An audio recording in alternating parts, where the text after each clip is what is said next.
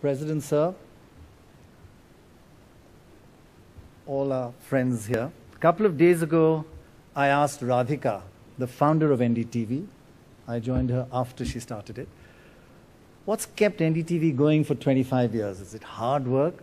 She looked at me a little skeptical. Technology, passion, money, what is it? She just said one word, trust. Your trust. And I'm here tonight on behalf of everybody at NDTV to thank every single one of you for your trust in us. But first, a quick secret. When I was first asked to speak, I said no, not really. But guess what? I'm here. How come? Because frankly, there's one factor that's common to all journalists. We may not be the most important people in the world, but we are certainly the most self-important. So trust. When each one of us at NDTV is out in the field with dust on our face and dirt under our nails, we do it because in the end, honestly, we feel that whatever we report has your trust.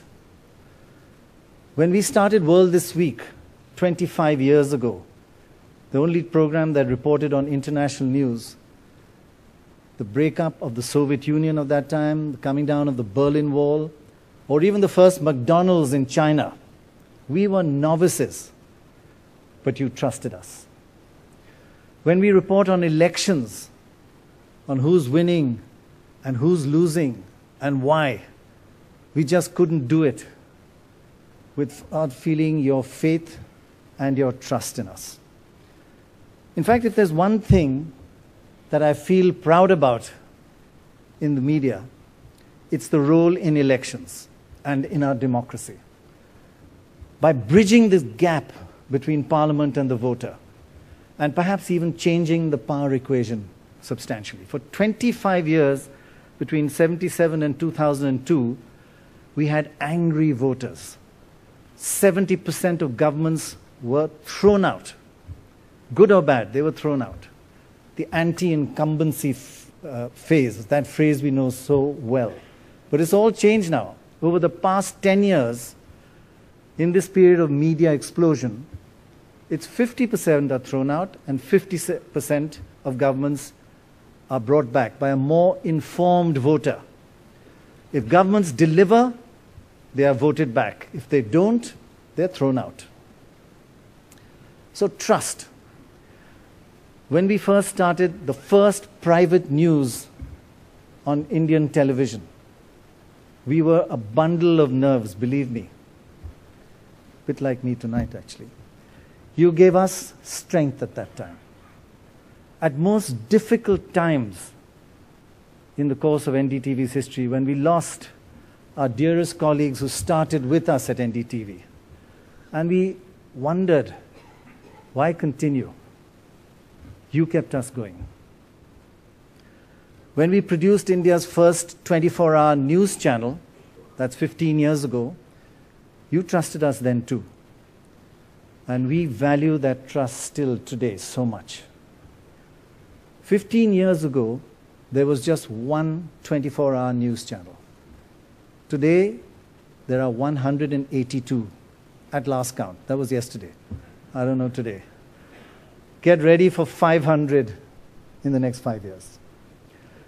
Compared to 15 years ago, technology has made sure that starting a news channel is 95% cheaper today than it was. And as an aside, let me say, many of you were with us in election programs in those days. With this changing media, how politicians have changed. When we used to ask a politician in those days a question, they would take 3 minutes to answer, to get to the point. First, they'd clear their throats, then look at themselves in the studio camera. That was a big problem. Then start with a historical perspective. And finally, 3 minutes later, come to the point. Now, they are sharp as anything. They make 3 points in 20 seconds. You can't even edit them anymore. That's how much. And also, they are becoming much better looking. It's one of the advantages, because having been on TV so much, politicians today looking better groomed. So that's a good fringe benefit of openness. And now in the current fight against tabloidization, where we show, unlike others, documentaries and rural stories that India matters, you still stay with us. That means a lot. Tabloidization is a worry, but I feel there is a backlash now. We hope and pray that sponsors and advertisers will give greater weightage to content and avoid promoting tabloidization. If you look at the West, tabloidization gets much, much less support from advertisers and sponsors. In fact, I hate to report that tabloidization, in my eyes, hit an all-time low recently when an anchor of one channel said, twirling her hair, a lady, break ke baad aapko ek rape dikhayenge. I really think enough is enough, surely. So trust, when we fight campaigns for Jessica Lal, the Greenathon, Save the Tiger, toilets for girls in schools, marks for sports, and the girl child, and many, many others, you have trusted us with crores in donations, and they've all been put to good use.